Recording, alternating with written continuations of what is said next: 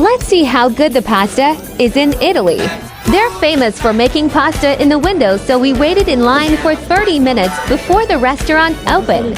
Started off with the carbonara and became obsessed with the pancetta. I'm so used to the way they make carbonara in the States that this was a total flavor surprise. Oh, so crispy. Next up, we got the oxtail ragu. This sauce reminded me of a homey tomato meat stew with pasta noodles. The actual oxtail meat was incredibly tender and my favorite part of the dish. I forgot how fast pasta noodles make you full. I'll be taking a food coma nap right after.